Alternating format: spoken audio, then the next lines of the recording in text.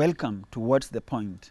This is a platform where we engage with Christians who are impacting communities and societies in their various spheres of life. We are now venturing into politics. We want to get and interrogate what's the point of them living their professional lives to venture into a murky waters of politics. My guest for today is the founder of Life for Children Welfare International, based here in Kenya and in the US. He is a missionary, a political analyst, and an aspirant for the Ndewa parliamentary seat in the upcoming general elections. Mr. Michael Agwanda, what's your personal story? My story began when my mother died in 1984, and I think I was about 80 years old. And I learned how to survive, basically, because me and my brother were left in the village to fend for ourselves, and we were really young people. And life was really, really difficult to a point where basically we had nothing to eat, and occasionally we'll venture into people's farms and glean for leftovers. And sometimes it will get into dry seasons where you could not get wild vegetables in the farm, and possibly even look for anything to eat with that wild vegetable, and it will not be there. I remember us using shaving dust from the firewood and using it as a source of salt on our food, because we could not even afford table salt. We went to a point where basically one day we had nothing to eat, I think, for a few days. And me and my brother saw a rodent running around, and we chased the rodent and got the rodent and came and cooked the rodent in the house. And that was our meal for today. We hunted for birds and anything else we could find out, we could put our hands onto to survive. And so I knew what life of an orphan would look like, and more so an orphan that would be left alone. Fast forward, then I went to the US through an initiative of the church that I was so close to. And the truth of the matter, brother, is sometimes people look at the church as a place where people just go to pray and worship. But people have forgotten that also, other than the spiritual aspect of it, you also get the network aspect of it. You get faithfuls who are working, faithfuls who are endowed with some of the resources, and network as well. And so when I went to Fellowship Bible Church in Kisumu, and I was so committed, I was in the youth, I was doing anything I could do to run away from trouble. I had a pastor who thought that it would be nice for me to go to the US and to study theology. That is also the time when HIV/AIDS was huge. But previously I'd worked with the agencies that was taking care of orphans, Agape Children Ministry in Kisumu. But mainly it was an organization that was taking care of the street boys and the street guards, partially. Life for Children Welfare is an institution that is impacting communities, not just communities for today, but generations to come. You are impacting the lives of children, you are impacting the lives of vulnerable children, some of them orphaned by HIV and AIDS in our country. And what was the inspiration for you to launch this initiative or this welfare? Our ministry is, as it is, it's a ministry of children.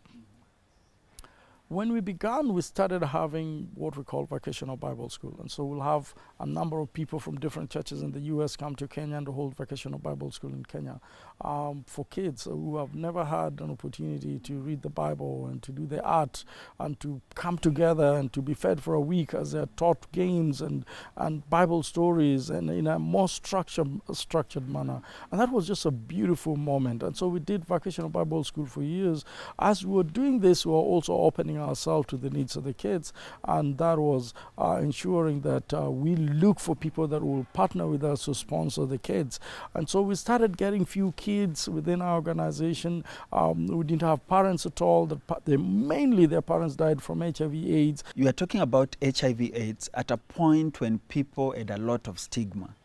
How did you deal with the stigma surrounding HIV and AIDS? It is what drove me to looking for these specific kids that the neighborhood, and you may ask me, but how would you know that one died of HIV/AIDS? Well, those days, if he died of HIV/AIDS, people would know because antiretroviral drugs were out of reach for many, many people, and people would grow thin and thin and thin and die. Today, the drugs have come around, and it's very, very difficult to know whether somebody has HIV/AIDS or not. But then you could tell.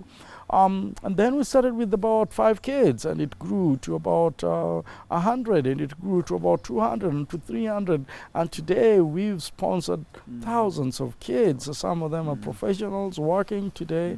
Some of them are family members over a span of 20 years. But just the art of giving that we taught them, that's the reciprocation that we are seeing now, that some of these kids are coming back together and are saying, what can I do?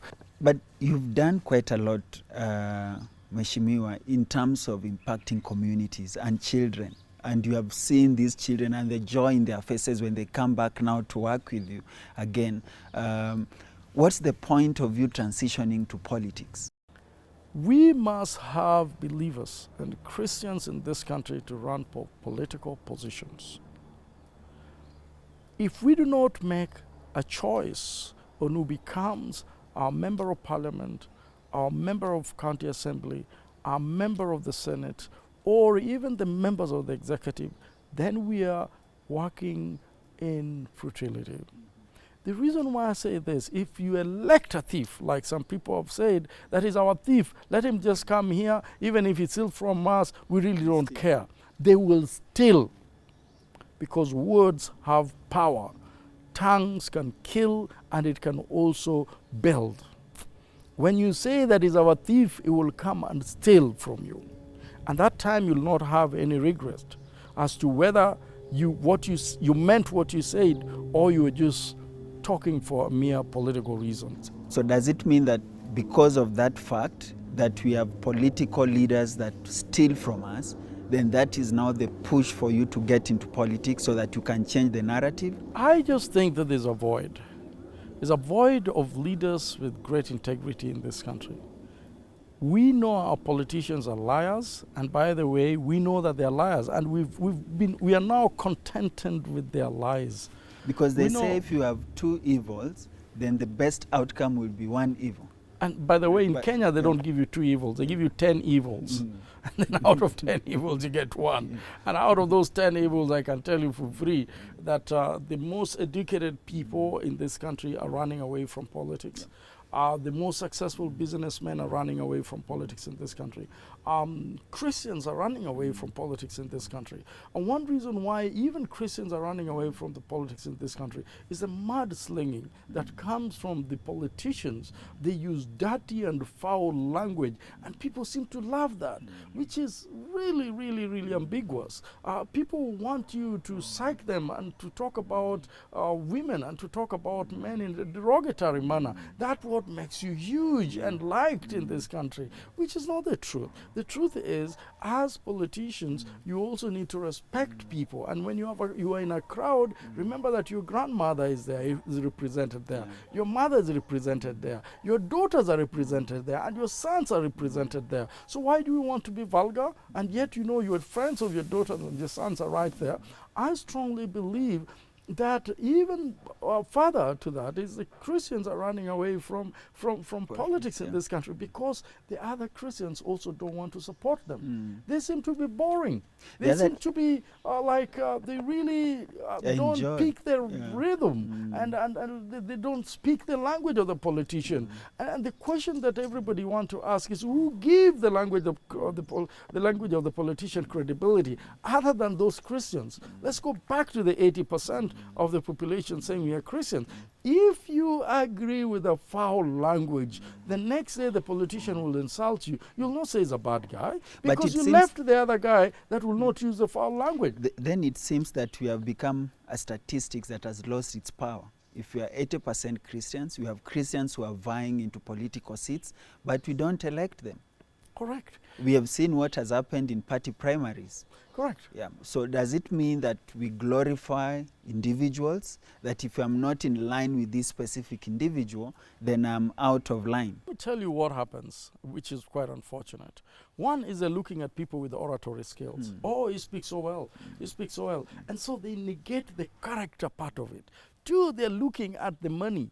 Does he have the money? They negate the character of this politician. And three is, oh, does he have security and youth enough to beat others? Yeah. You see, to intimidate people and goons to run around other people. Oh, that makes him so powerful. I think we can elect him. Wrong.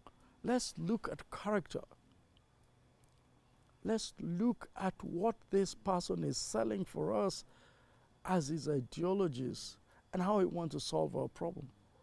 Let's look at this man, whether he's coming here as an opportunity to protect his wealth or to run away from problems that is created with the government, because as soon as he's elected, he's more powerful and the government will have to think twice before he's arrested. What is his history? What is his background? Is he a person that is passionately looking at working with the people from bottom to up in terms of a local community, or is he a person that is looking into ensuring that I get into that office and I become the boss? The politicians abroad are not the bosses. In fact, if you look at the convoy, the entourage for most politicians in the Western world, with all the riches, it doesn't even add up to 10 vehicles. In fact, we've seen some prime ministers that are driving in 2 or 3 vehicles. That's it. We've seen prime ministers who are driving in a trunk in the UK, and he just holds on and sits and goes to his business. I mean, we've got to know that the people we are electing in this country are supposed to be our servants, not our bosses. What you have talked about is in matters of integrity, and that's going to be a key question on the ballot this August period of elections. And I think Kenyans and the people who are listening to you are picking those nuggets. That is not about the money. It's not about the number of youths that you can pull to beat your opponent, but in terms of character and integrity. I just want to say before we're done is that I'm running for Ndiwa, and I'm running as an independent candidate, and I'm asking Ndiwa people to support me and to give me their votes on August the 9th. To be your MP of character, of value, an MP that respects every voter, and an MP that will serve you, not based on some demigods, but based on the needs that you have in the community. And it's because I've worked with you for many years, now spanning to 20 years, I think that we can put the money that the government is giving to the CDF to use better than people who are using it to bribe you back with that very, very money. Thank you so much for your time. We wish you the very best as What's the Point team in your upcoming elections, and looking forward to hosting you again as the MP for Ndiwa. Thank you.